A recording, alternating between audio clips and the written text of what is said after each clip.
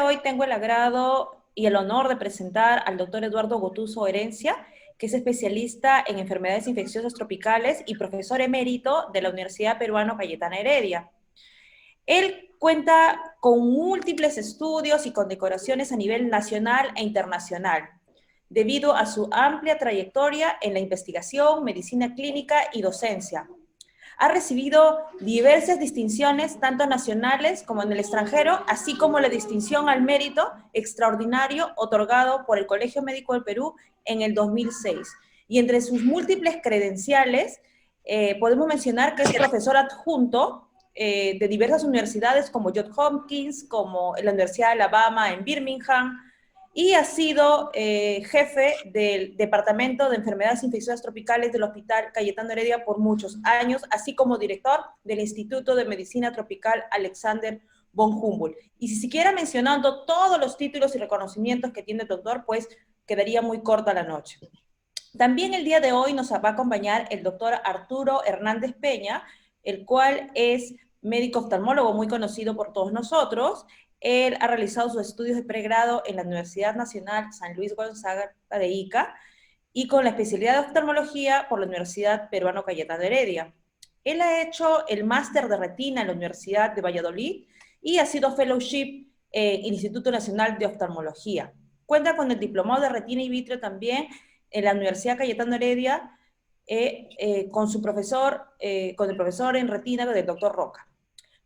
Es profesor auxiliar también de la Universidad Peruana Cayetano Heredia y trabaja actualmente en el mismo hospital y en la clínica de ojos oftalmólogos Contreras. Entonces, vamos a dar pase al doctor Eduardo Gotuso. Por favor, doctor, puede presentar su charla. Muchas gracias. Muy buenas noches. Quería saludarlos a todos y agradecer que esté con la Sociedad de Oftalmología, donde me une hace mucho tiempo diversos vínculos de amistad y de colaboración y de trabajo conjunto en enfermedades infecciosas con repercusión en las lesiones oculares. Hemos muchas veces hablado de uveitis, de toxoplasmosis, de sífilis, de tuberculosis ocular, de brucelosis, etc. Pero esta noche queríamos hablar de una condición que es una enfermedad, yo diría, dentro de las enfermedades desatendidas. Aquellas enfermedades que no reconocen el enorme impacto que tienen en salud, que habitualmente afecta a la población más pobre y que además finalmente les aumenta la pobreza. Eso es lo que define una enfermedad desatendida. Dentro de esto está el HTLV, que son las iniciales de lo que se llamaría Human T-cell leukemia, o sea, la leucemia de células T humana, y que eso deviene del primer retrovirus. Como ustedes saben, los retrovirus vienen produciendo, fueron descubiertos por el doctor Galo hace 40 años, que tienen la característica única de, siendo un virus RNA, se incorpora en el DNA o sea, hace un salto hacia atrás, que significa que es la única familia que hace un paso al revés de lo que normalmente ocurre en el mundo biológico. Es decir, normalmente del DNA pasa hacia un RNA, pero en este caso sucede justo al revés. Y una de las cosas que es importante es que eso significa de que la persona está infectada de manera permanente, de manera eterna, como se dice, y que puede contagiar toda su vida. Y eso es el primer retrovirus. Después aparecieron otros, y el número 3 de este grupo fue precisamente el virus del SIDA, que es el tercer retrovirus que después se reclasificó. Este virus fue aislado de unos pacientes con leucemia que se conocía mucho en el Japón, que había una epidemia en el sur del Japón, en Okinawa, y después se comenzó a encontrar en pacientes con linfoma. Y de ahí en adelante comenzó a reconocerse que esta infección, que como digo es permanente, se transmitía por 3 parámetros. Primero, una transmisión que ocurre de madre a niños a través de la lactancia, que ocurre por transfusiones de sangre,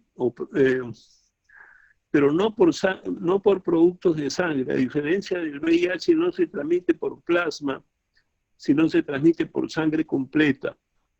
Igual, las mujeres embarazadas casi no transmiten dentro del útero, sino transmiten en el periparto, pero más que todo transmiten por lactancia. Y finalmente se transmite por vía sexual. Entonces se parece mucho a la transmisión del SIDA, pero como digo, hay algunas diferencias, como que la sangre tiene que ser completa.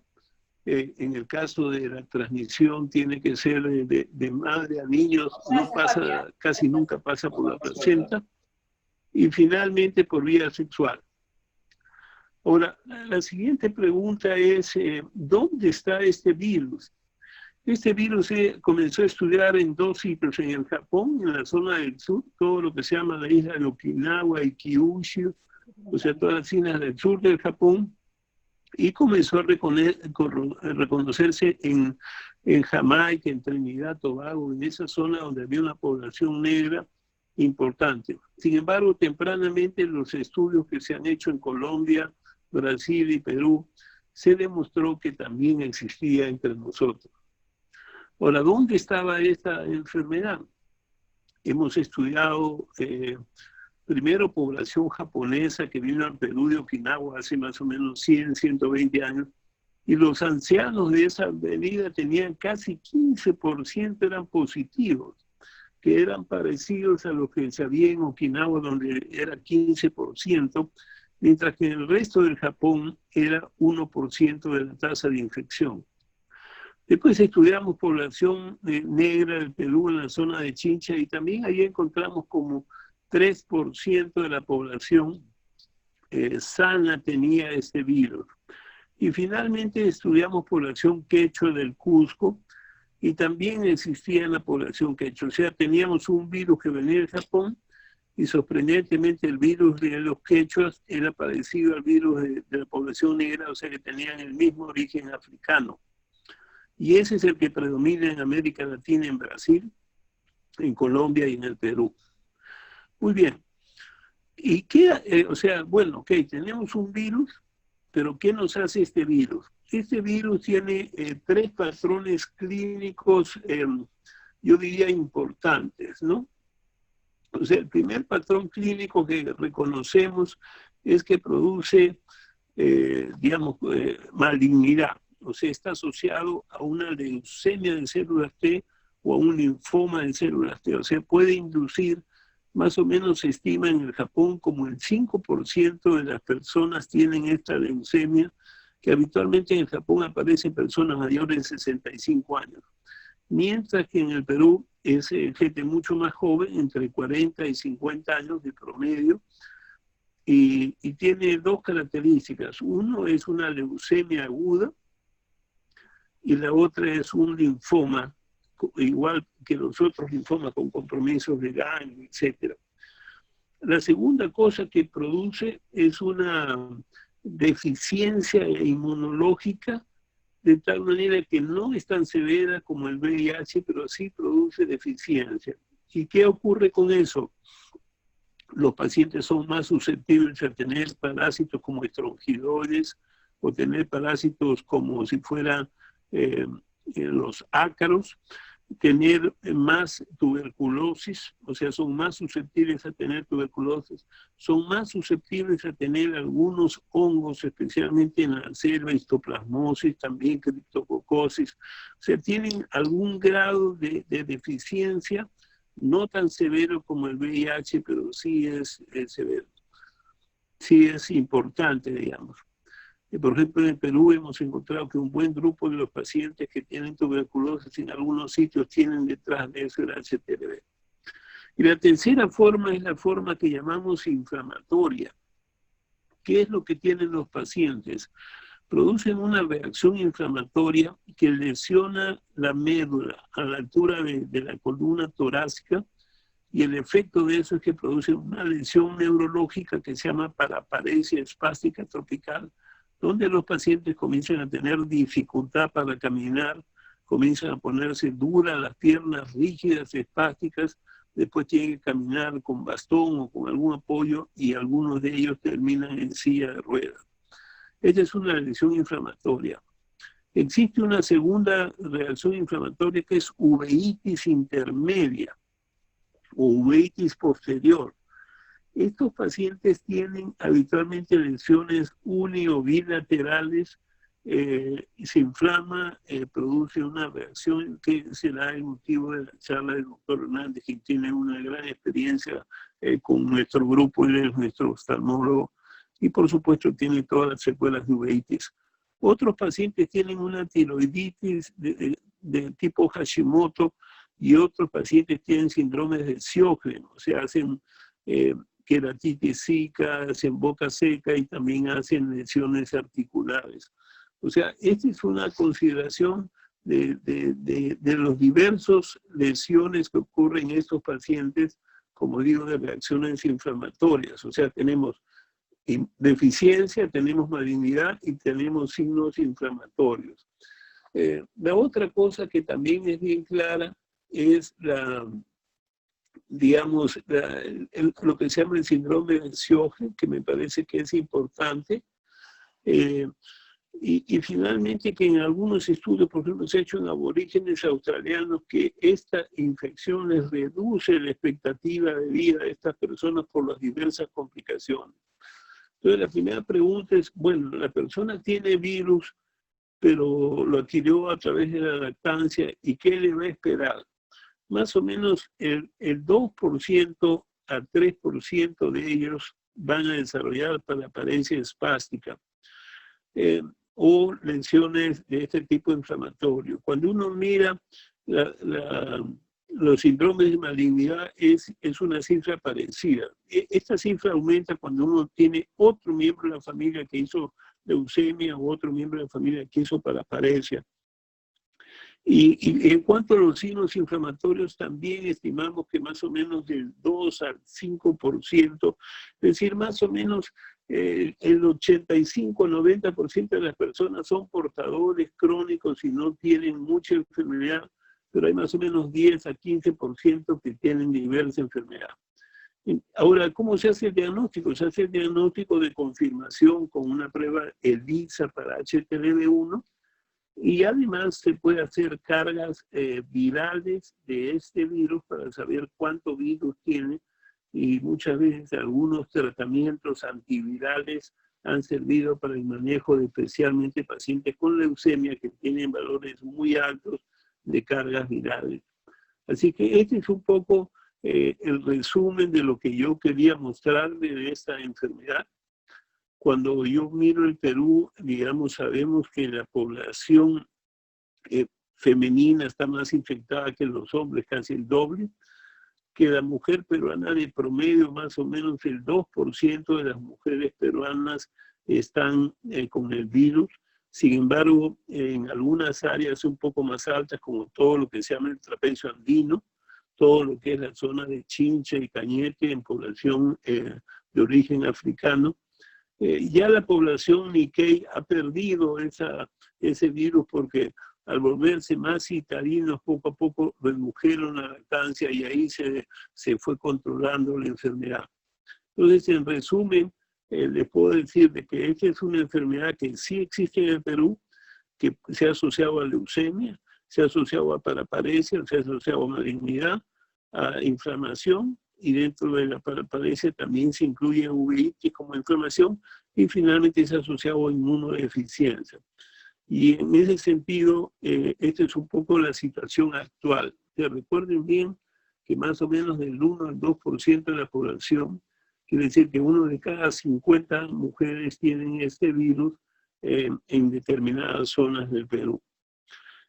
Bueno, eso sería un poco el resumen de lo que yo quería comentarles para darle, digamos, la palabra a Arturo Hernández para que él nos presente qué lesiones inflamatorias oculares ocasiona el HTLV. Muchas gracias.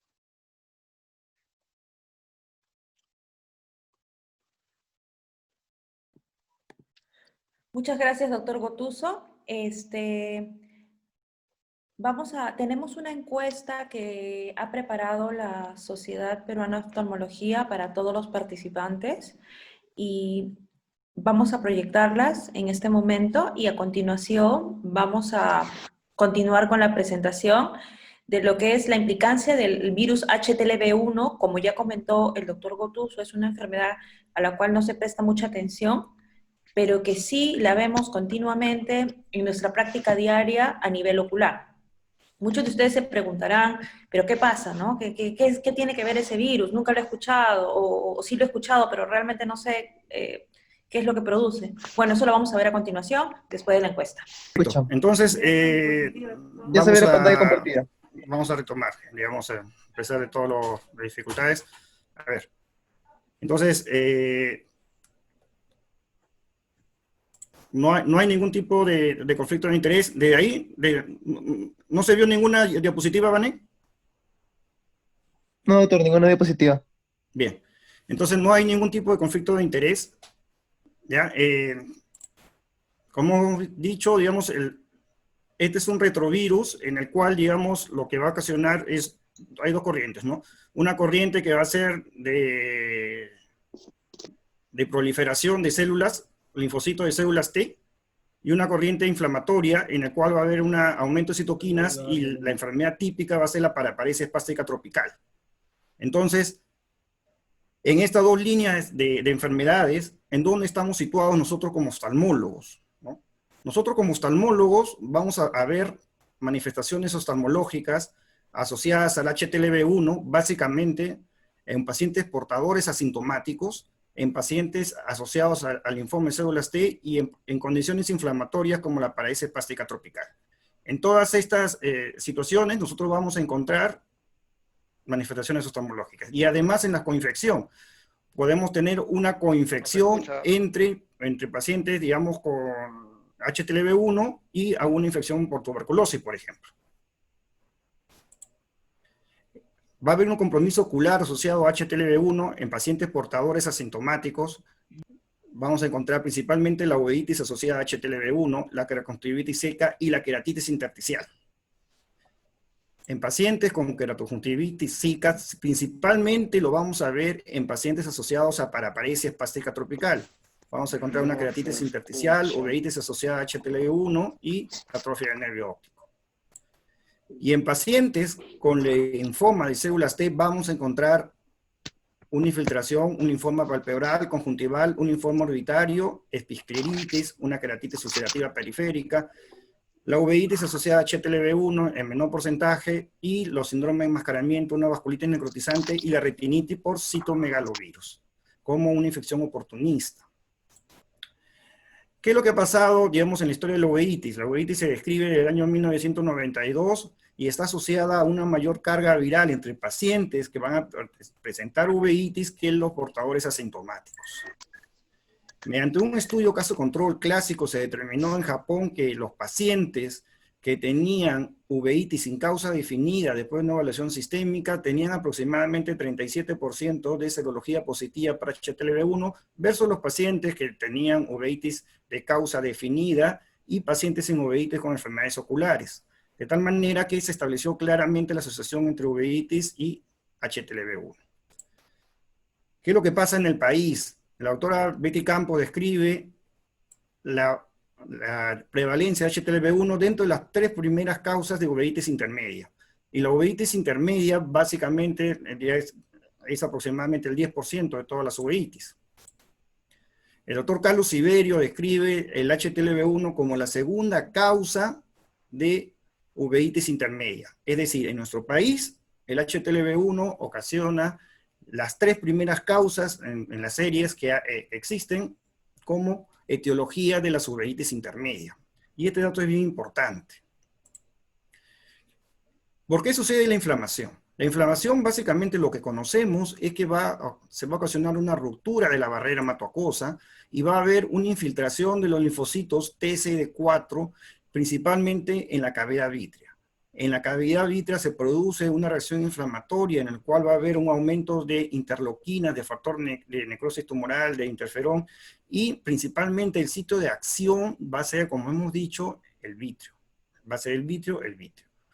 Cuando hay un aumento de esta reacción inflamatoria, se ve tomada también la cámara anterior y los vasos sanguíneos. Puede haber vasculitis. Entonces, lo que no va a suceder es una supresión directa de las células T. Más bien el ojo lo que va a reaccionar es a través de un mecanismo inflamatorio con la producción de citoquinas. ¿Cuáles son las características clínicas del HTLV1 en cuanto a la uveitis? Es una uveitis intermedia principalmente, en una mujer adulta que va a presentar visión borrosa y mioesopsias, con opacidades vítreas leves a moderadas, a severas, muy buena respuesta corticoide, y es una uveitis que tiene una característica importante, que es recidivante. Se hizo una revisión del año 1990 al año 2018 en el Instituto de Medicina Tropical Alexander von Humboldt con la doctora Ania Alvarado, Casey Amanqui y Angie Contreras, en el cual se establecieron las características clínicas de los pacientes con uveitis. De 90 pacientes, entre el año 1990 y 2018, 3 fichas se extraviaron, y de 87 pacientes revisados, estos 2 fallecidos, 4 no habían dirección y teléfono, 2 estaban en el extranjero, 79 pacientes que eran posibles contactar.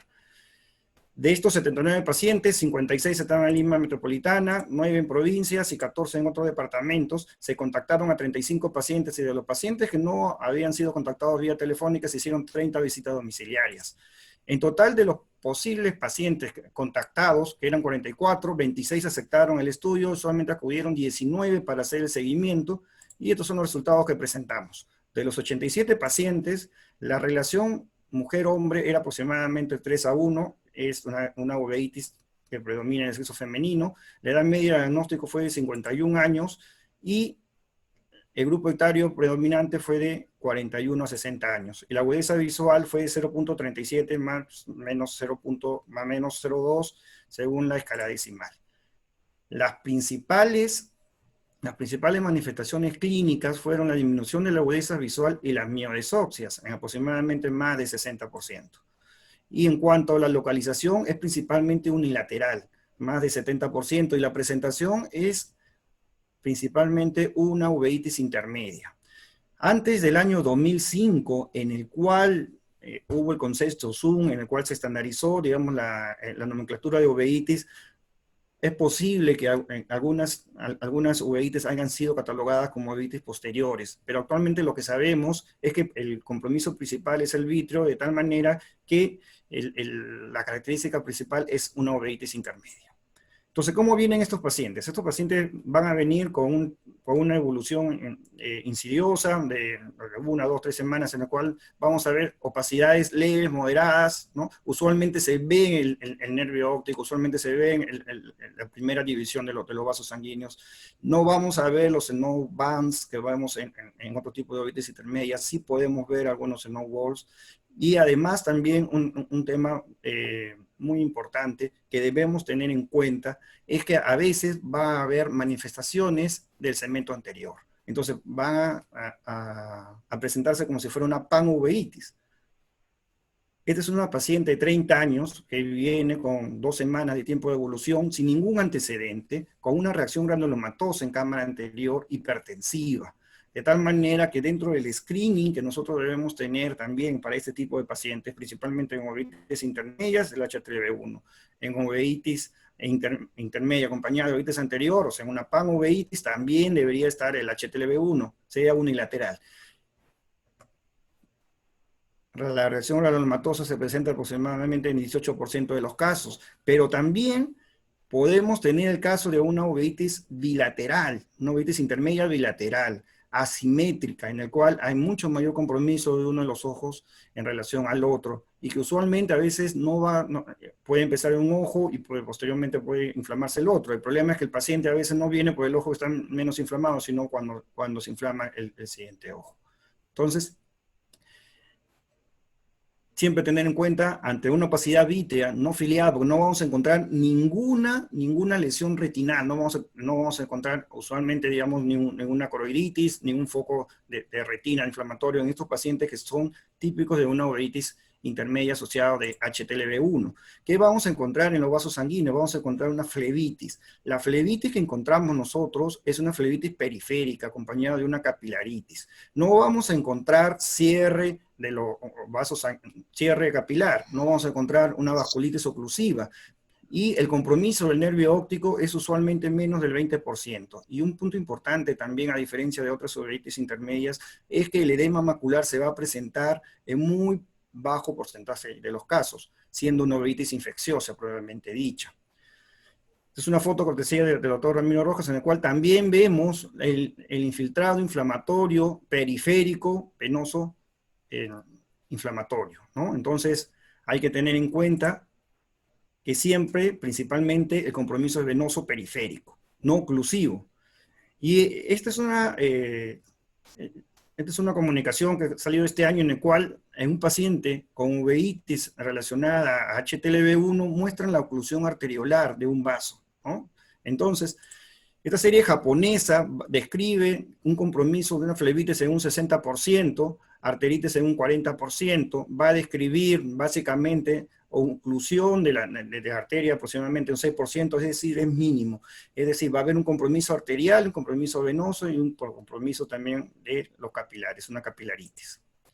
El diagnóstico básicamente lo hacemos con seropositividad para HTLV1, hay que sacar un ELISA, confirmarlo con un Western blot, y esto hay que descartar otras causas de tipo de uveitis. Y aquí el diagnóstico diferencial lo hacemos principalmente con una uveitis idiopática, la planitis, dentro de las infecciones la tuberculosis, el sífilis, tosocariasis, tosoplasmosis, el linfoma intraocular como un síndrome de enmascaramiento y la esclerosis múltiple.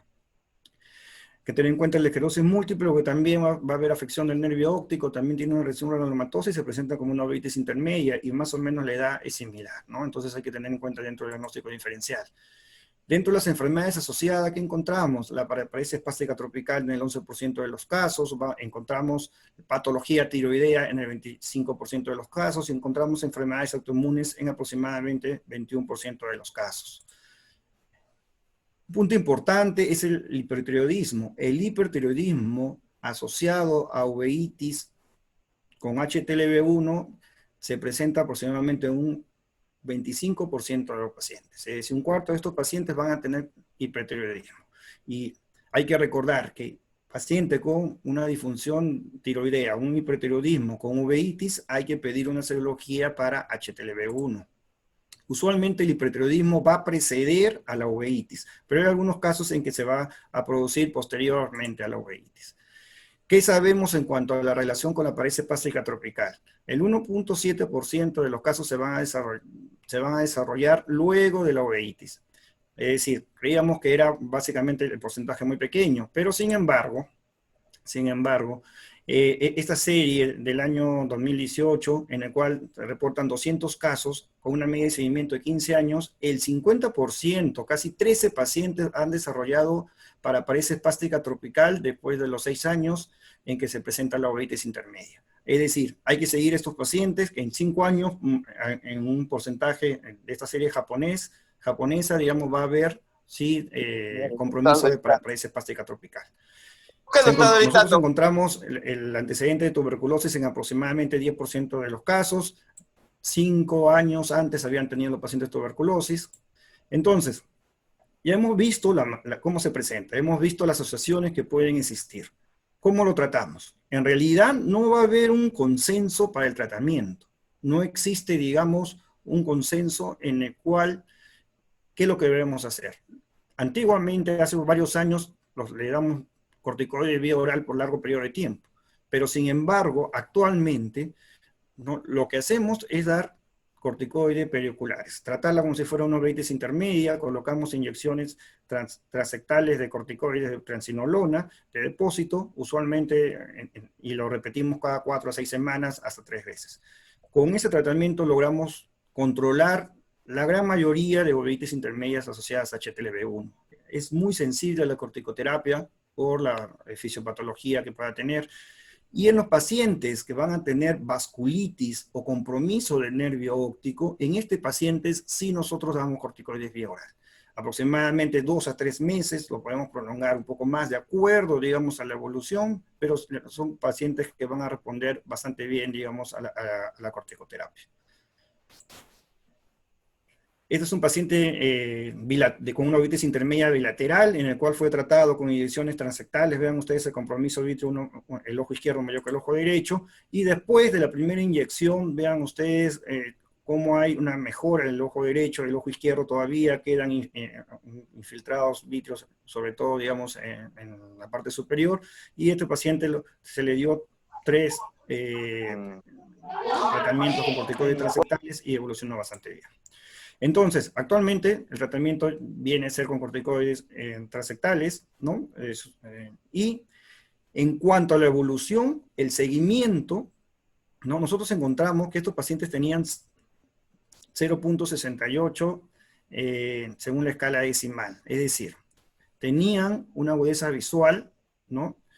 Que nosotros podemos considerarla en un 80% mejor a 20/40, ¿no? Y esto es importante, porque es una uveitis dentro de los pacientes que acuden a atención médica y que reciben tratamiento, pueden tener un pronóstico visual favorable, ¿no? No sabemos de los pacientes, ¿no?, que están en el Ande o que están distribuidos en provincias, que no acuden, digamos,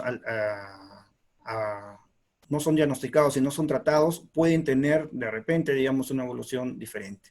Pero en los pacientes que hemos evaluado y en el paciente en la serie de descritas, el pronóstico es 20/40, mejor en más del 80% de los casos. Las recurrencias es un punto importante. Básicamente el 50% de los casos de estos pacientes van a recurrir, ¿no? Y la mitad recurre, más de la mitad va a recurrir en el primer año, ¿no? Entonces hay que estar atentos a estos pacientes, ¿no? Nosotros los diagnosticamos, los tratamos, ¿no? Pero sin embargo van a recurrir. ¿No? Pasa un tiempo, pasan unos meses y nuevamente se inflama el vitrio. Y sobre todo esto va a suceder en los pacientes que van a tener hipertiroidismo. Dentro de las complicaciones, lo que nosotros observamos fueron cataratas en casi 42%, opacidades vítreas persistentes en 36%, encontramos membranas epiretinales en un 15%, como hemos dicho, no tenemos usualmente, digamos, edema macular cistoide, y lo que sí observamos también es glaucoma en aproximadamente 5%. Los pacientes, algunos pacientes, hemos tenido cirugía de cataratas, usualmente le damos el tratamiento preoperatorio de Foster clásico. No son uveitis que van, digamos, a ocasionar, digamos, algún tipo de problema en el intraoperatorio y en el postoperatorio evolucionan bastante bien, ¿no? Sin mayor reactivación. Un punto importante que nos llamó la atención fue la vitreitis al momento de la evaluación por la ecografía, ¿no? Nosotros encontramos opacidades vítreas que podíamos nosotros calificarlas como, digamos, una recurrencia subclínica, ¿no? Son pacientes que no manifestan mayor, digamos, sintomatología, pero sin embargo, digamos, al pasarle la zona de confort, encontrábamos vitreitis en cierta parte del vitrio, ¿no? Entonces, es un punto importante seguir estos pacientes, a ver qué sucede con estos pacientes, porque de repente la inflamación sucede en el tiempo, y es tan leve, ¿no? Y que básicamente no acuden a evaluación, ¿no? ¿Qué sucede entre el HTLV1 y el HIV? Se ha descrito este año, ¿no?, una asociación entre HTLV1 y HIV. Esto es un paciente HIV, CD4300, terapia antirretroviral, ¿no?, carga viral indetectable, y que básicamente tenía uveitis intermedia, bilateral, recurrente cada 2 o 3 años, inclusive en cierto momento pensaba en un síndrome de reconstrucción inmune.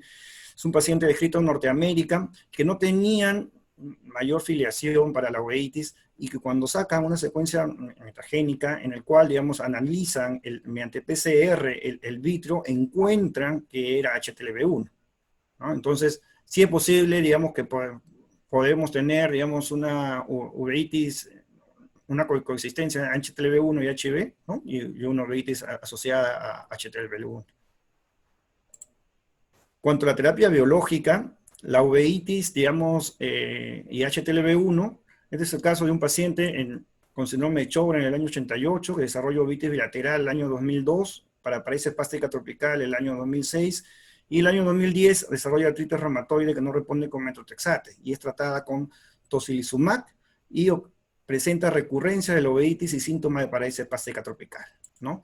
De tal manera que este es un reporte con terapia biológica, y luego un reporte el año pasado de infliximab en uveitis HTLV1, en el cual los resultados sugieren in vitro que no va a exacerbar la inflamación del ojo relacionada con HTLV1 y que puede representar una opción de tratamiento en condiciones infecciosas de HTLV1. Pero en realidad, digamos, todavía no hay mayor información en cuanto a qué es lo que va a suceder la terapia biológica en pacientes que tengan uveitis asociada a HTLV1. Dejando de lado la uveitis, el otro gran compromiso, digamos, que nosotros observamos es el compromiso a nivel corneal, ¿no? Entonces, hay que recordar que el síndrome de Sjögren es una enfermedad autoinmune, el síndrome de Sjögren primario es una enfermedad autoinmune, caracterizada por serostalmia, fatiga, dolor en articulaciones en aproximadamente un 80% de los casos. Va a haber un infiltrado crónico de linfocitos en glándula lagrimal y salival con presencia de anticuerpos séricos y gran compromiso a lo largo de diferentes sistemas. En el año 2016, están los criterios todavía actuales para el síndrome de Sjögren. Nosotros participamos como oftalmólogos a través de la prueba de Schimmer, ¿no? y la puntuación de distinción ocular a través de la escala de Lister-Bell. Pero la relación de HTLV1 principalmente va a estar en el síndrome de Sjögren secundario, ¿no? Entonces, el HTLV1 es una de las infecciones víricas que va a ocasionar, digamos, síndrome de Sjögren secundario. Y esto está descrito ya del año 99. En el año 99 se describió entre los pacientes de síndrome de Sjögren en primario y secundario, habían anticuerpos séricos para HTLV1 en más del 20% de los casos.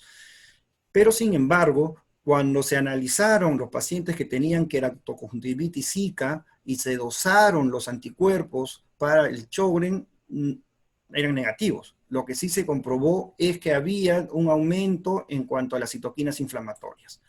De tal manera que, ¿qué es lo que sabemos en la actualidad? Que hay una queratoconjuntivitis zika que se va a presentar tanto en pacientes seropositivos, o sea, en pacientes portadores asintomáticos, entre 20 a 30%, y en pacientes con paraparesia espástica tropical, entre 40 a 50%.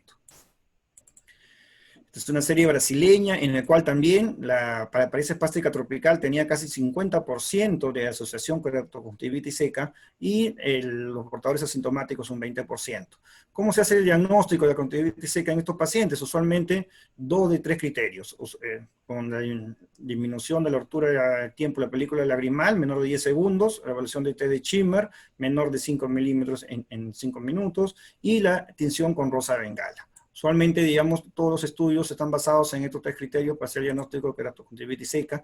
Y esta es una serie brasileña de 700 pacientes en el cual encuentra que 31% de los pacientes tenían portadores asintomáticos de queratoconjuntivitis seca y casi un 50% para paraparesia espástica tropical. Entonces, ¿qué es lo que sucede? No va a producir el HTLV1, digamos, una infiltración alrededor de los acinos, ¿no? Como sucede en síndrome de Sjögren primario, sino lo que sucede es que va a haber un aumento de las citoquinas inflamatorias y con esto va a haber una destrucción de los acinos. De tal manera, la moraleja de todo esto es que nosotros, cuando tengamos una queratoconjuntivitis zika, no filiada, importante, un síndrome de ojo seco moderado, o sea, no filiado, en el cual no es un Sjögren, en el cual no es una enfermedad reumatológica, debemos tener dentro de nuestro arsenal diagnóstico la posibilidad de pedirle una prueba, una ELISA para HTLV1 a fin de descartar que no sea un portador asintomático, ¿no? El paciente, digamos, no sabe que está infectado, pues es una enfermedad, digamos, ¿no? Desatendida dentro de las desatendidas, y además también, ¿no? Si viene con síntomas de paraparesia espástica tropical, casi la mitad de los pacientes van a tener un ojo seco severo. Entonces, el tratamiento no va a variar de un ojo seco severo, el que nosotros usualmente damos, pero lo que sí es que, digamos, hay mucha alteración de la calidad de vida en estos pacientes, ¿no? Estos pacientes hacen su queratitis filamentosa, estos pacientes pueden hacer sus úlceras a repetición, hacen sus leucomas corneales, y sí puede haber una alteración en cuanto a la agudeza visual final, porque estos pacientes es muy difícil que vengan, digamos, para movilizarse, ¿no? No pueden caminar, tienen que venir acompañados, ¿no? Entonces, como son pacientes usualmente de bajos recursos, entonces el seguimiento de estos pacientes es hasta cierto punto importante. Pero como el seguimiento es difícil, nuestro como oftalmólogo, nosotros debemos estar preparados, ¿no? Para diagnosticar estos pacientes, principalmente en portadores asintomáticos, ¿no? Entonces, esa sería, digamos, la importancia. Un punto importante también es la keratopatía asociada a HTLV1, ¿no? Entonces, estas son opacidades estromales, ¿no? Estromales anteriores, subepiteliales, periféricas, únicas o múltiples, y que no van a estar asociadas ni a neovascularización ni a úlceras corneales, y que usualmente en el tiempo van a tener un buen pronóstico, y que no responden al tratamiento, ¿no? Entonces, usualmente están asociadas a un aumento de inmunoglobulinas, inmunoglobulina G, y además también se presentan en un 15% aproximadamente en los pacientes que van a tener paraparesia espástica tropical, y en un menor porcentaje en los pacientes que tienen HTLV1, que son portadores asintomáticos, ¿no? No responden al tratamiento y son, digamos, de evolución estacionaria. Nosotros evaluamos a 51 pacientes, ¿no? Allá en el hospital encontramos uveitis en 5%, queratitis intersticial en 10% de los casos, ¿no? Y confirmamos también que pues, los pacientes con paraparesia espástica tropical tenían mayor, digamos, afección de keratoconjuntivitis zika. ¿Qué sucede en los casos de linfoma no Hodgkins? Digamos, en el país aproximadamente el 10% de los casos de linfoma están asociados a HTLV1, y pueden haber, digamos, estos sí son casos reportados, no son de nosotros, en los cuales vayan a haber un infiltrado difuso que puede simular una escleritis, ¿no? Usualmente no es inmunológica, no es infecciosa, entonces siempre tener en cuenta los síndromes de enmascaramiento, al igual también que una pueda presentarse como una vasculitis retinal necrotizante, ¿no? Necrotizante. Igualmente, digamos, este paciente lo identificaron primero como una uveitis infecciosa, viral, una retinitis viral, luego una inmunológica, y al final, mediante el PCR, se logró aislar el DNA proviral, ¿no? El DNA proviral. Entonces, usualmente, estos casos de enmascaramientos, lo que van a suceder es cuando hay, digamos, asociación al linfoma de células T. Este es un paciente de 56 años, vistos allá en el hospital, seropositivo, con HTLV1 desde los 37 años, ¿no? Y que tenía usualmente 3 semanas de softalmos, lagostalmos y dolor retrocular en ojo derecho. La agudeza visual era 20/30 en ambos ojos, la microscopía era normal y el fondo de ojo era normal. Entonces ya, como ya teníamos el antecedente de HTLV1, pues vean ustedes, digamos, la gran infiltración que tenía. Son muy agresivos, crecen bastante rápido, ¿no? Se realiza una biopsia, ¿no? Y en el cual nos informan que tenía un 80%, digamos, positividad, digamos, de las células linfoides atípicas. En el tratamiento recibe dos sesiones de quimioterapia, ¿no? El paciente evoluciona bastante bien y actualmente está en seguimiento, pero sabemos que puede haber una recurrencia a lo largo del tiempo. Hay un signo que se ha descrito por Camoy este año, que es el signo de infiltración ocular múltiple de células tipo perilla, en el cual va a haber un infiltrado a nivel limbar, va a haber un infiltrado a nivel palpebral y un infiltrado subretinal, ¿no? Y a nivel del vitrio. Es decir, hay una infiltración múltiple en toda la parte del ojo, ¿no? Y estos básicamente se han descrito en las series japonesas, donde el linfoma, digamos, asociado linfoma T ya es bastante común en esos pacientes. Igualmente, digamos, también una infiltración masiva, ¿no? Del linfoma de células T del adulto, ¿no? Y que va a mejorar luego de la terapia. En el año 2016 también en retina, ¿no? Asociaron las manifestaciones retinales en el linfoma de células T asociado a HTLV1.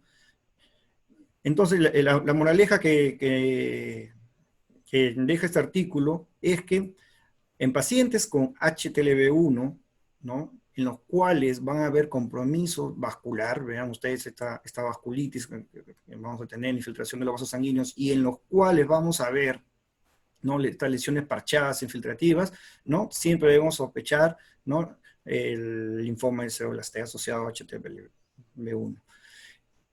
Estas lesiones son hiperfluorescentes en la angiografía.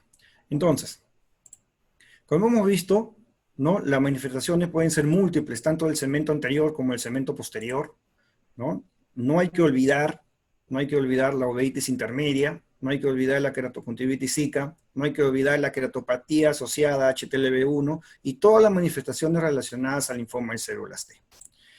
La uveitis de HTLV1 es sensible a los corticoides, es recurrente y aparentemente de buen pronóstico. Y un punto aparte es la asociación entre uveitis por HTLV1 e hipertiroidismo en aproximadamente 25% de los casos. No quería yo terminar sin recordar al doctor Isaías Rolando, ¿no? Maestro y amigo, ¿no?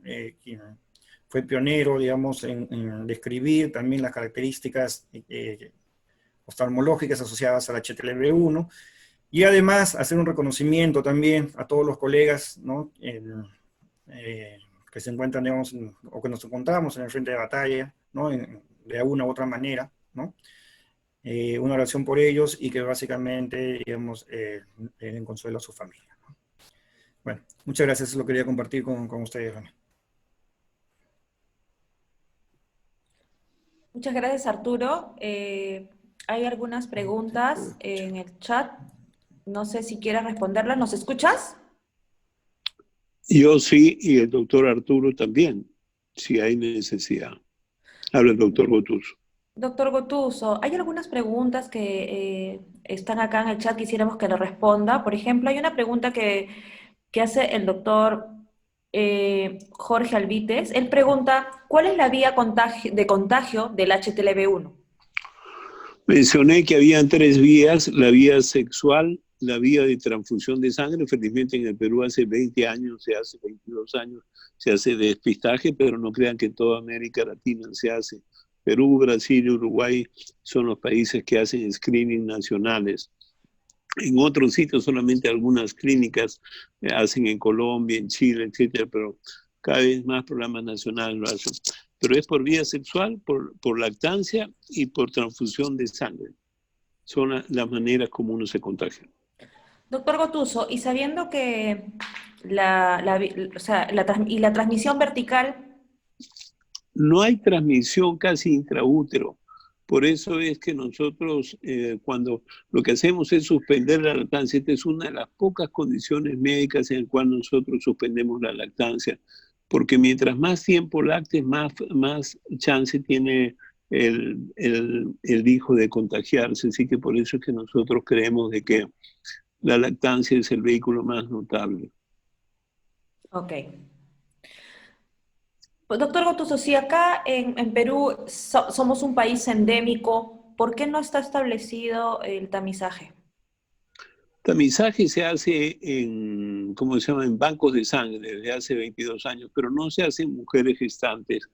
Es posible que nosotros estamos tratando de que se haga en mujeres gestantes en áreas endémicas de Perú, pero no es fácil porque la gente todavía no entiende que esta es una enfermedad más frecuente de lo que queremos. Y en segundo lugar, lo que pasa es que no tenemos salida. ¿Qué pasa si una mujer pobre de una de área rural tiene HTLV1? Deberíamos buscar alguna salida que lamentablemente todavía no tenemos. Por eso en ese caso nosotros decimos que no lacten más allá de 6 meses, que no prolonguen. Cuando las mujeres lactan más de 6 meses, la chance de contagiar a su bebé es como 20%, pero si lactan un año es como 40-50%. Pero si lactan solamente 6 meses y es una lactancia pura, la cifra es menor de 4%. Así que sí, yo diría que ese es uno de los sueños que tenemos. Ok. Doctor, nosotros en la práctica, yo por ejemplo, o todo el servicio, todos los ubiólogos que estamos presentes, realmente vemos regular cantidad. En el Instituto Nacional de Oftalmología vemos frecuentemente la asociación de este tipo de uveitis a nivel de la parte intermedia del ojo. ¿Qué quiere decir? Que cuando nosotros vemos una uveitis intermedia, o sea, en la parte media del ojo, automáticamente pensamos en solamente, bueno, tenemos hasta 3 o 4 alternativas, pero como estamos en un país endémico, pues pensamos que es el HTLV1. Pero cuando además el paciente nos refiere que es hipertiroideo, hipotiroideo o que tiene alguna asociación a la tiroides y tiene uveitis intermedia, automáticamente pensamos que es un HTLV1. ¿Usted ha visto mucha asociación al respecto? ¿O una uveitis con alguna otra de las implicancias en otros órganos y sistemas? No, básicamente nosotros hemos insistido, y me alegra que lo digas, doctora, porque esto ya lo conversamos hace 20 años. O sea, nosotros hemos ido a la Sociedad de Oftalmología en ese tiempo con Isaías Rolando para precisamente que ustedes se pusieran en sospecha, y me alegra muchísimo de escucharte que ahora tú lo pones en tu lista muy rápido, lo cual significa de que estas reuniones producen un efecto importante en la cultura.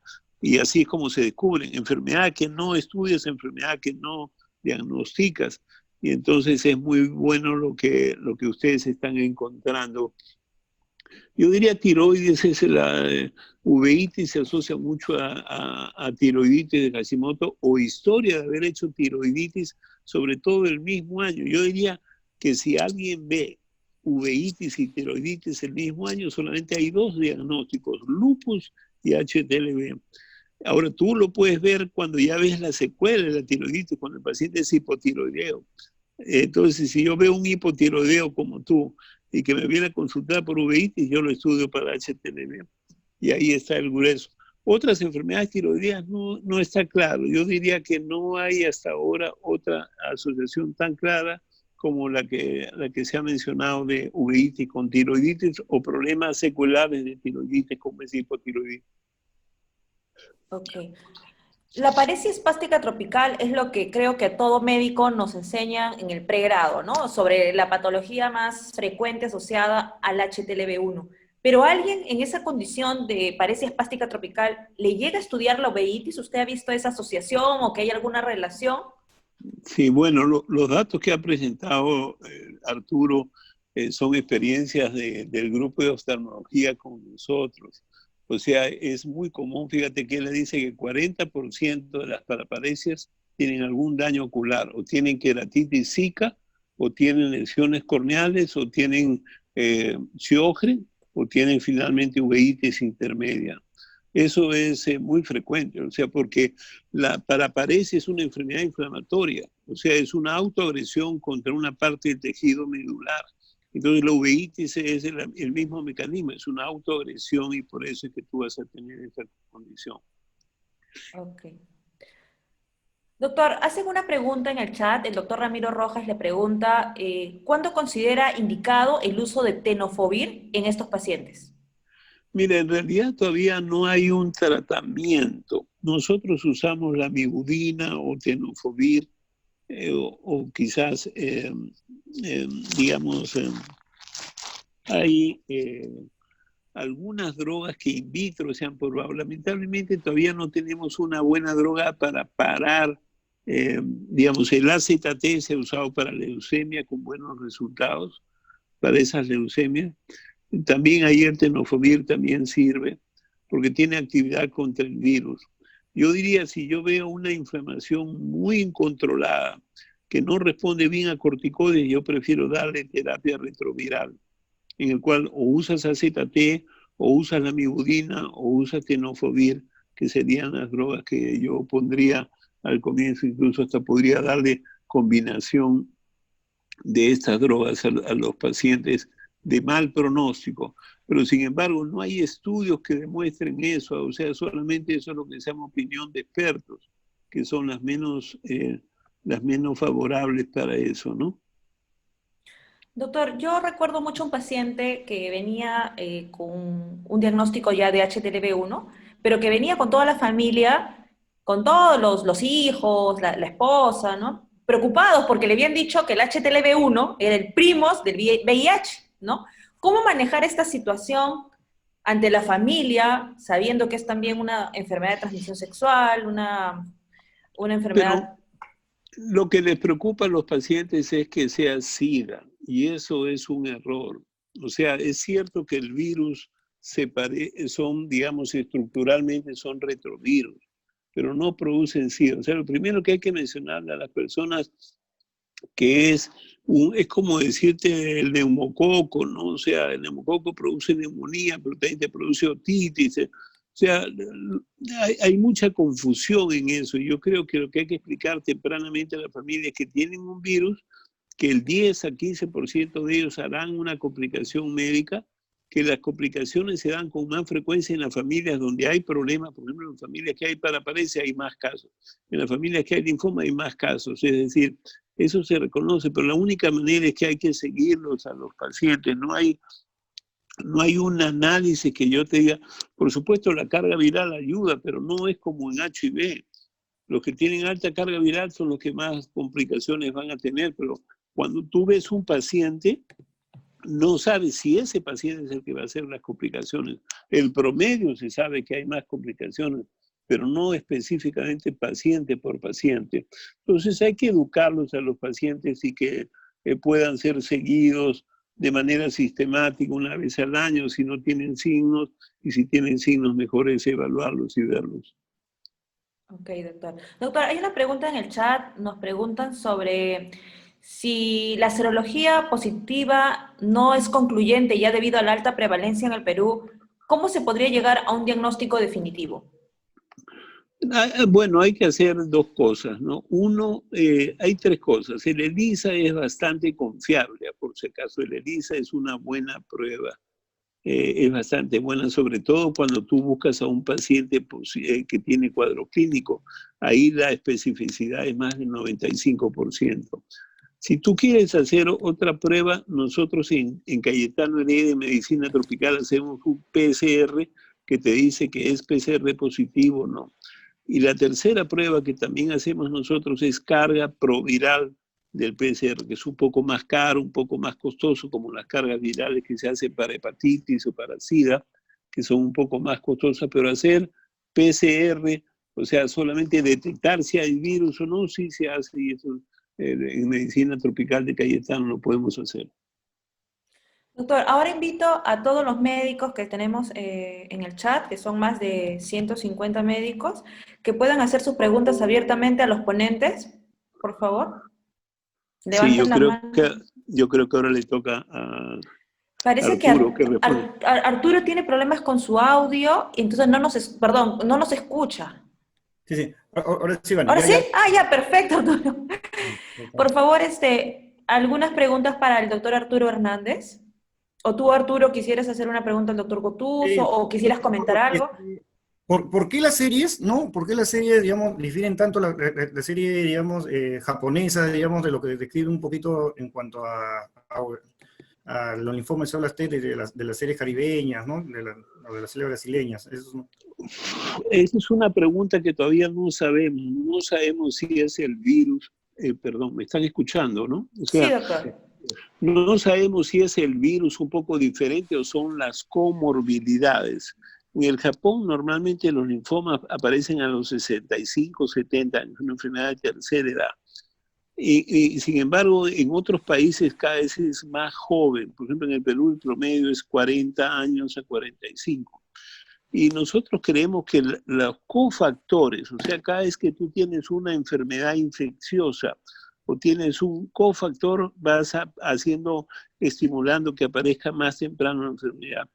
Pero esa es una pregunta no resuelta, que hasta ahora estamos en lo mismo. Estamos tratando de estudiar si los virus de Japón son diferentes a los virus que tenemos acá, y tratar de interpretar si eso explicaría por qué los nuestros tienen un curso más severo jóvenes, ¿no? Yo tengo la impresión que podrían ser los otros cofactores. Ahora también, dentro de lo que es Sudamérica, ¿no? Los brasileños tienen una gran descripción, ¿no? Igual que digamos acá en Perú. Y el resto, por ejemplo, Chile, Argentina, ¿no? Y Colombia, ¿cómo? Ellos tienen menos enfermedad porque la estudian menos y tienen menos endemia. Recuerda que en Chile casi no hay población negra, y la migración japonesa no llegó a Chile, que son dos fuentes importantes. Sin embargo, en Chile toda la zona andina, donde están los campos mineros, cerca de Arica y toda esa zona hasta arriba, toda esa zona sí hay. Y en Argentina hay en la zona quechua de Jujuy, en Salta, cerca de Mendoza, y toda esa zona sí hay, pero no hay en el resto de personas, sencillamente por los ancestros. Ellos tampoco tuvieron gran población negra en su país, cosa que sí ocurre en Colombia y ocurre en Ecuador y en Brasil, ¿no? Así que yo te diría que eso es un poco la razón por la cual ellos no describen mucho la condición, ¿no?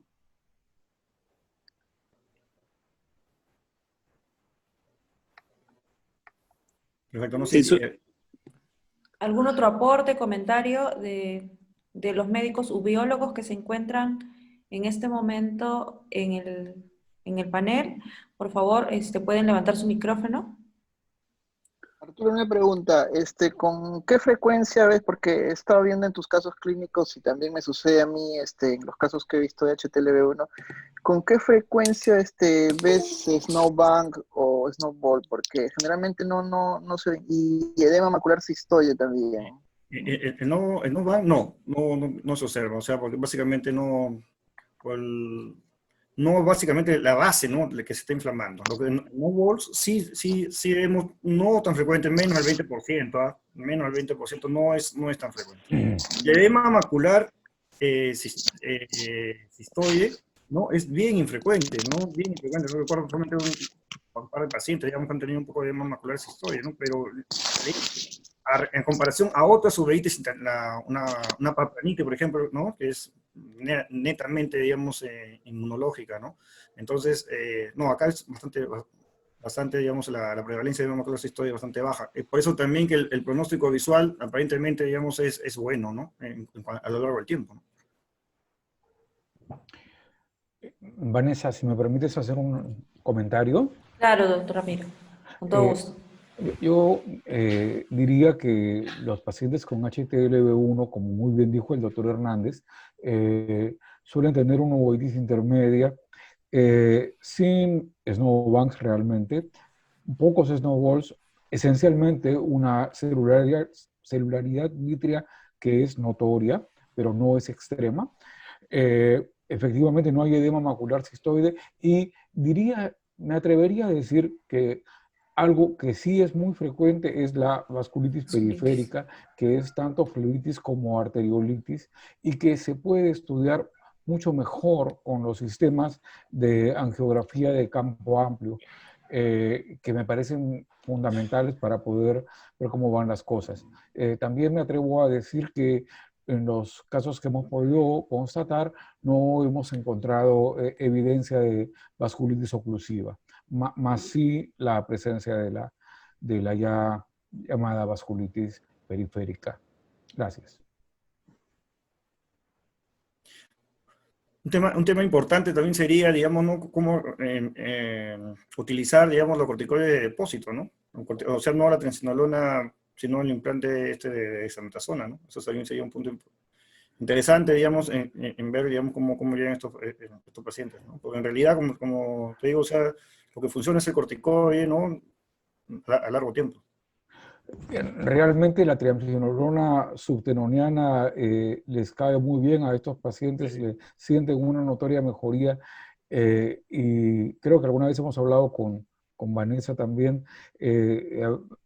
pacientes que tienen ya el diagnóstico de linfoma y que acuden por presencia de reacción inflamatoria importante en el vítreo por una supuesta uveitis intermedia, en realidad pues está directamente asociada con la infección por HTLV1 y que en alguna ocasión hemos inyectado triamcinolona subteno, pues los pacientes realmente se han sentido mucho mejor, les ha aliviado mucho, aunque no estoy seguro de en qué medida podemos hacer daño con el corticoide subtenoniano a un paciente que sabemos que tiene esencialmente una forma de infiltración de origen neoplásico.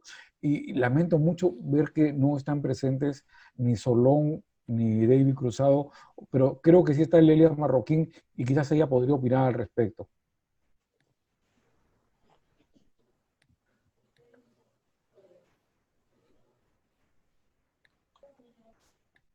¿Algún oncólogo tal vez? ¿Oncólogo ocular?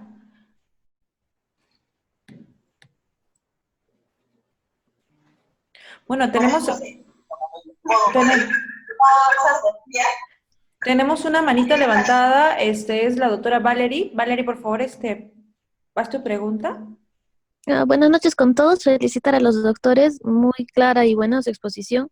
Solo tengo una duda y quería también a ver si nos podían despejar los doctores de los que se presentó las series de casos.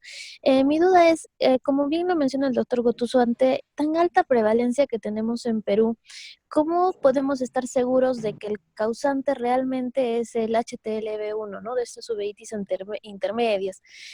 Porque, por ejemplo, yo puedo dosar, no sé, para Tifi, y para Tifi también es endémico, me va a salir positivo. ¿Y cuál es la diferencia? ¿Cómo yo puedo saber que realmente es el causante el HTLV1?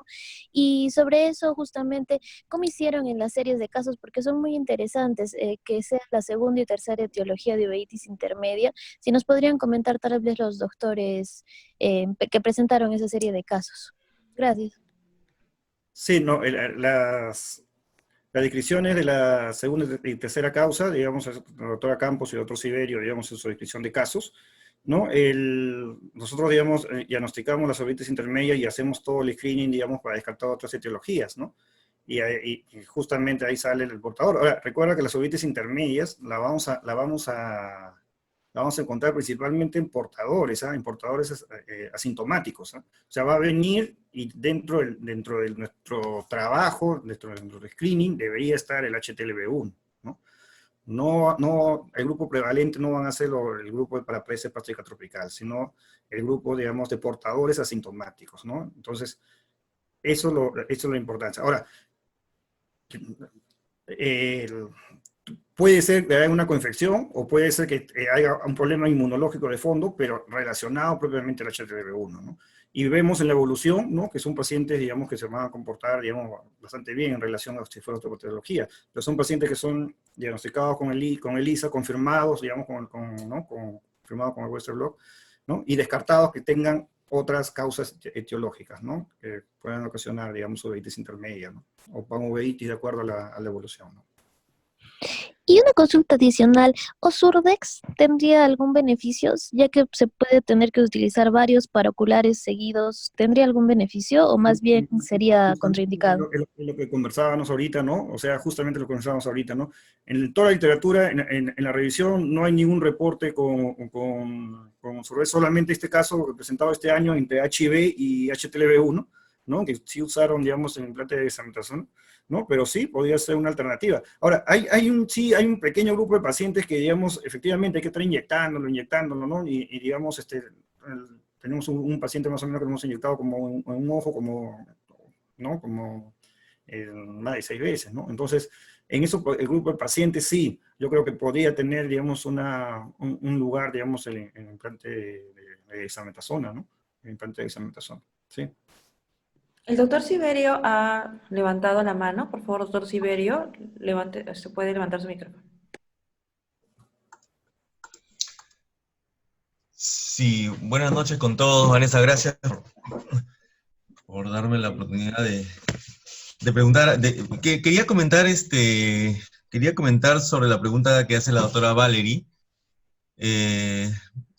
Ella pregunta, pues, si es que en nuestro país hay una prevalencia alta de HTLV1, y si tenemos una uveitis intermedia y sale positivo para HTLV1, podría ser una coincidencia, ¿no? Pero en realidad es poco probable eso, porque nuestro país, si bien es cierto, es endémico, como decía el doctor Gotuso, la prevalencia en promedio es de 2%, ¿no? No hay áreas que lleguen ni al 5% de prevalencia, de cero prevalencia, ¿no? Entonces, en la serie que nosotros hicimos de uveitis intermedia, el 25% de los pacientes con uveitis intermedia eran serológicamente positivos al HTLV1, que es mucho más que el 2% que es la prevalencia general, ¿no? Y si lo restringimos a pacientes con uveitis intermedia mayores de 50 años, que es la edad más o menos en la que se presenta esto, el 50% de las uveitis intermedias eran producidas, o sea, estaban asociadas a una infección por HTLV1. Entonces, digamos, la prevalencia, somos endémicos, pero igual es una prevalencia baja, ¿no? Se considera que un país es endémico de una enfermedad cuando el 1% o más es positivo, y bueno, en este caso es en 2% en promedio. Y la seropositividad es mucho mayor en pacientes con uveitis intermedia. Entonces y está descrito a la asociación, entonces yo creo que es bastante, digamos, claro que estos pacientes, lo más probable, la única manera de comprobarlo sería haciendo un PCR, ¿no? Pero por costos y porque no tendría mucho, digamos, cambio en el tratamiento, no lo hacemos, ¿no? Y una cosa que quería comentar es que a mí me llama la atención de que si bien estos pacientes vienen con molestias, asustados porque les baja la visión, y agradecen mucho cuando les ponemos la inyección porque se mejoran rápidamente, una cosa que me llama la atención es que yo no he visto prácticamente pacientes, quizá uno por ahí, pero de dudoso origen, pero no he visto pacientes realmente complicados, con complicaciones severas, ¿no? Por esta uveitis. Yo siempre me he preguntado qué pasaría si no los tratamos, ¿no? A lo mejor solita se va la vitreitis, no lo sé, porque en realidad yo nunca he visto un paciente con una vitreitis tal que haya que hacer una vitrectomía por la opacidad vítrea. No sé si ustedes han visto en sus casos esto, o que hayan terminado en tisis bulbi o complicaciones severas. No sé, quisiera, Arturo, si nos puedes comentar algo y también de los demás colegas que tienen experiencia con esto, ¿no? Sí, efectivamente, Carlos, tampoco una keratopatía en banda, una tisis, no hemos visto, ¿no? Lo que sí, digamos, la gran mayoría, si no es casi todos los pacientes, responden bastante bien, digamos, a los corticoides ¿no? perioculares, ¿no? Pero con vasculitis damos la vía oral, pero sí, yo recuerdo más o menos 1 o 2 pacientes en los cuales persistía la reacción inflamatoria, ¿no? Persistía una vitreitis ya, ¿no? Solamente se veía, digamos, el nervio y un poco más los vasos sanguíneos HTLV1 positivo, ¿no? Y en estos pacientes yo no sé hasta cuánto, digamos, el dosaje, la carga viral también podía, digamos, ser importante, ¿no? Ahora, o qué factor pronóstico podemos tener, ¿no? Yo me acuerdo, sí, de un paciente inclusive que sí pensábamos hacerle, inclusive hacer una vitrectomía, ¿no? Pero posteriormente mejoró, ¿no? Entonces, la pregunta y el pensamiento es válido, ¿no? O sea, cuando seguimos a los pacientes, ¿no? Encontramos que básicamente el 30 puede tener una vitreitis leve, ¿no? O sea, eso puede ser una recurrencia subclínica, ¿no? O sea, el paciente puede tener una exacerbación y puede clínicamente, digamos, autolimitarse, ¿no? Eso no lo sabemos en realidad, ¿no? En realidad eso no lo sabemos, ¿no? A mí me ha tocado ver pacientes que venían con vitritis con membranas, ¿no? Eso es lo creo que una de las características que veo cuando ya el paciente refiere que tiene un tiempo de evolución un poco mayor, ¿no? Aquellos que te dicen, sí, como que hace 4 o 6 meses se me bajó la visión, pero como ustedes dicen, no sabemos qué pasaría si no le diéramos tratamiento, pero yo sí he llegado a ver membranas vítreas densas en algunos pacientes que no se han tratado, ¿no? ¿Ustedes lo han visto? Vitritis severas se ha visto, ¿no? Vitritis severas sí ha habido, sí hemos tenido, digamos, ¿no? Pero no son los mayores, ¿ah? Pero sí ha habido algunos casos. Sí ha habido. También he visto edema macular en algunos pacientes que no mejoran. En aquellos que tú pones 4 paraoculares y ves que no han respondido, tú dices, este se va a ir para más de 6 y 7 y ya le vas, no son muchos, pero sí hay, y le comentas al paciente que no es lo habitual. Generalmente un promedio, justo alguna vez hemos conversado con la otra Betty Campos, ¿cuál es el promedio de paraoculares que uno se pone, ¿no? Y a pesar que es indistinto, nosotros calculamos que entre 3 y 4 ya el paciente debe estar mejorando. Eso es no hay un estudio de evidencia, sino que nosotros lo hemos detectado, pero hay algunos que salen fuera de esta regla, ¿no? No sé si estará la doctora Betty y la doctora Amelia, de repente ellas también pueden dar su opinión.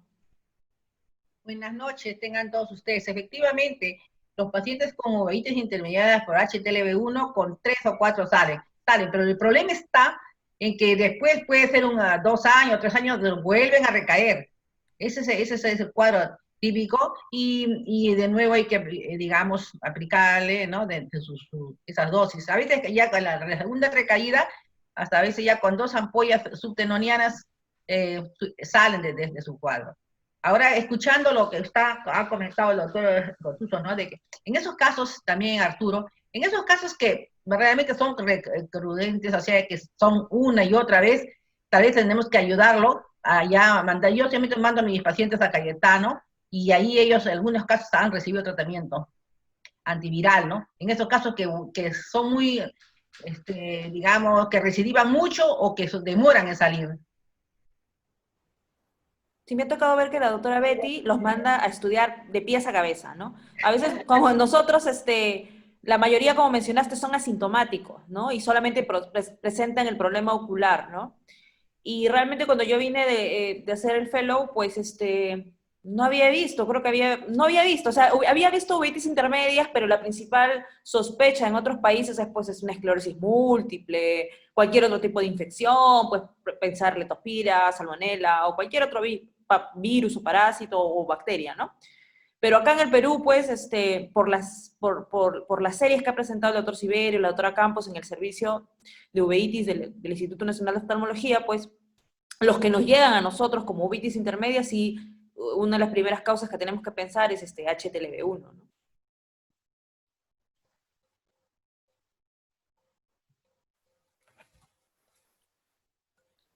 Ahora, lo que yo quería preguntarles es, ¿hay alguna diferencia que le pongan periocular, paraocular, subtenoniano? ¿Han visto alguna diferencia o es igual?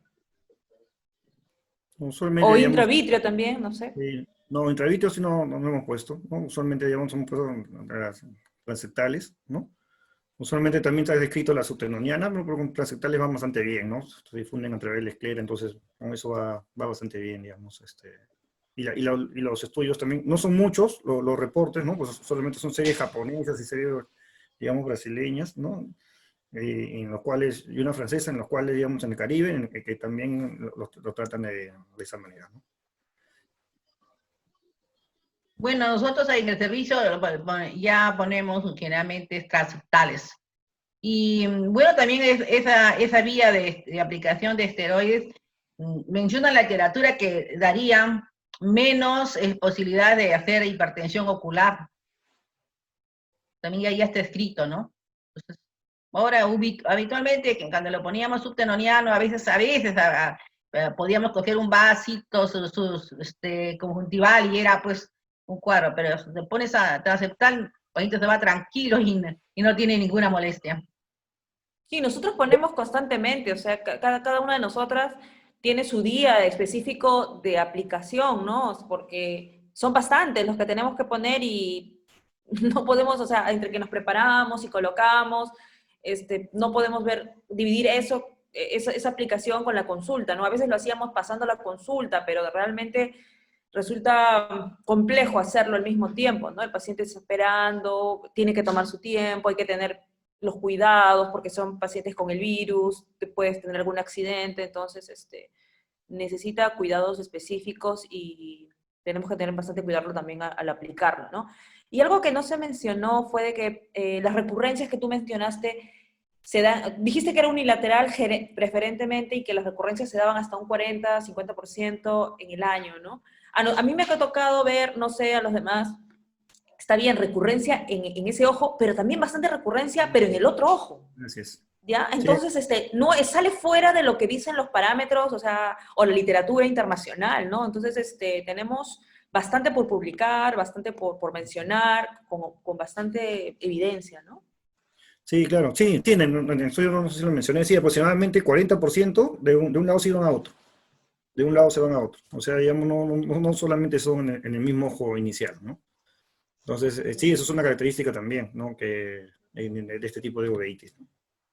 Una uveitis relativamente noble en comparación a otras intermedias, ¿no? Pero de todas maneras, la importancia, digamos, como como nosotros como oftalmólogos se trata de identificarla, ¿no? Siendo un país, ¿no? Que tenemos una casi endémico, ¿no? Para ellos, ¿no? La doctora Amelia Serrate está levantando la mano. Por favor, doctora Amelia, ¿puede hablar? Sí, hable, doctora, por favor. Esto, es cierto, ¿no? Las características que han mencionado, primero para felicitarlos, muy bien la presentación de Arturo y muy complementaria y para aclarar la presentación del doctor Gotuso. Yo, en mi experiencia, he visto uveitis, como ustedes dicen, más en un ojo y a veces en el segundo ojo, pero no a la vez, sino en diferente momento. Y van muy bien con las perioculares. Ahora, muy pocos son los resistentes, como quien dice. Funcionan bien con una periocular. Y yo soy fanática de poner la transeptal a diferencia de la subtenoniana en la temporal superior.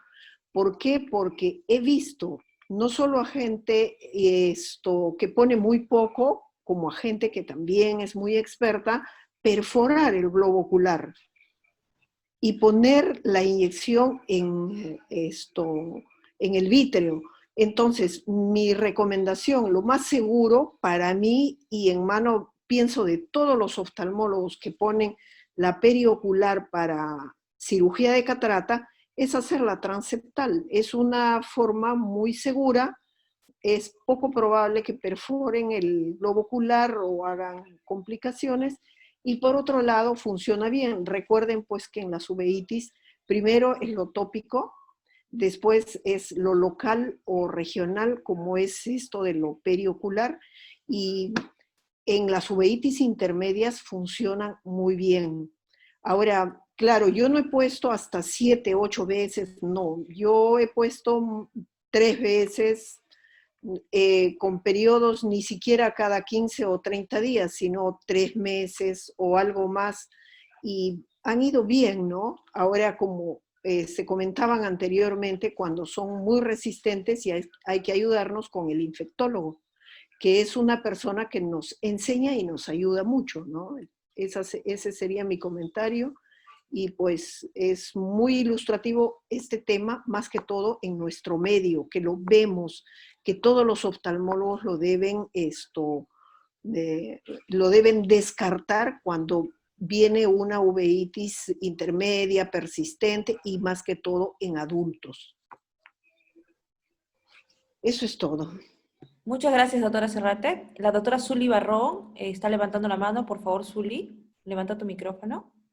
Gracias, Vane. ¿Cómo están? Buenas noches. Buenas noches a los ponentes. Han sido charlas bastante excelentes. Me han gustado mucho y sobre todo porque nos están orientando, además de buscar la patología que nosotros normalmente buscamos, pues la superficie ocular, que de repente muy pocos la toman en cuenta como también factor afectado por el HTLV1. Me parece muy buena, muy acertada la charla. Yo te quería preguntar algo, Arturo. En el caso de las uveitis posteriores, en las cuales has mostrado en pacientes HIV positivos y de repente con una inmunosupresión bastante severa, al utilizar la terapia antirretroviral y encontrar ese tipo de uveitis también asociadas como HTLV1, ¿has visto alguna respuesta positiva con el antirretroviral de por sí o has tenido que agregar también medicamentos esteroides? Sí, no.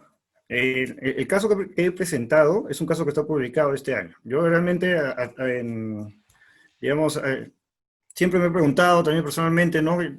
¿En qué momento, digamos, se podría haber una reactividad entre HIV y HTLV1? Pero nunca he tenido personalmente la experiencia, ¿no? Lo que sí, digamos, este caso que le hemos presentado es un caso, digamos, en el cual ellos tampoco lo han sospechado que era HTLV1, ¿no? Lo han tratado como una uveitis, en primer lugar, de reconstitución inmune, ¿no? Pero como era recurrente a lo largo del tiempo, le han sacado, es un caso de Estados Unidos, le han sacado, digamos, muestra vítrea y le han dosado ahí el DNA, ¿no? Y con eso han llegado al diagnóstico. Luego han tomado serología, salió positivo, ¿no?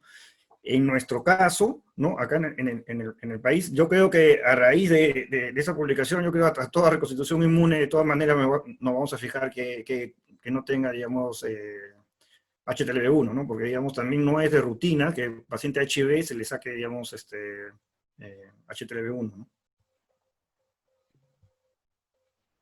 ¿Alguna indicación especial, Arturo, para los pacientes con queratitis zika en HTLV1? ¿Has usado ciclosporina? Sí, hemos usado ciclosporina. Es el manejo de un ojo seco severo, ¿no? El usual, ¿no? El usual, ¿no? No hay nada especial que en ello. El problema es que es la misma reacción inflamatoria que hace, ¿no? Que no mejora. Acá no podemos controlarlo, pues, como un ojo seco, como un Sjögren primario, un Sjögren relacionado, digamos, a otra enfermedad, ¿no? Aquí, digamos, es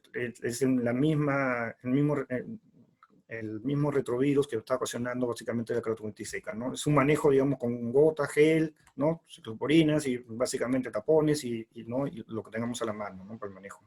El problema es que estos pacientes se pierden porque los casos más severos tienen para aparecer plástica tropical y no hay un seguimiento de ellos, ¿no? Hay una pregunta de la doctora Flor Arenas, que te felicita por la charla y también te pregunta si tienes experiencia o alguno tiene experiencia con los inhibidores de la histona desatilasa o anticuerpos monoclonales contra la interleuquina 15 o anticuerpos anti-CCR4. Sí, bueno, personalmente no la tengo, no sé si alguien la tenga, digamos, acá en el... Flor, ¿de repente tú tienes alguna experiencia o has leído algo que siempre paras leyendo todo lo último en uveitis? ¿Estás por ahí, Flor?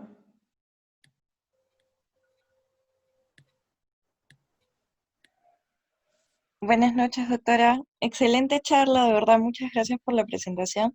Justo estaba leyendo algunos artículos que mencionan justamente el uso de estos anticuerpos, pero sí, más en Estados Unidos, ¿no? Y en Japón.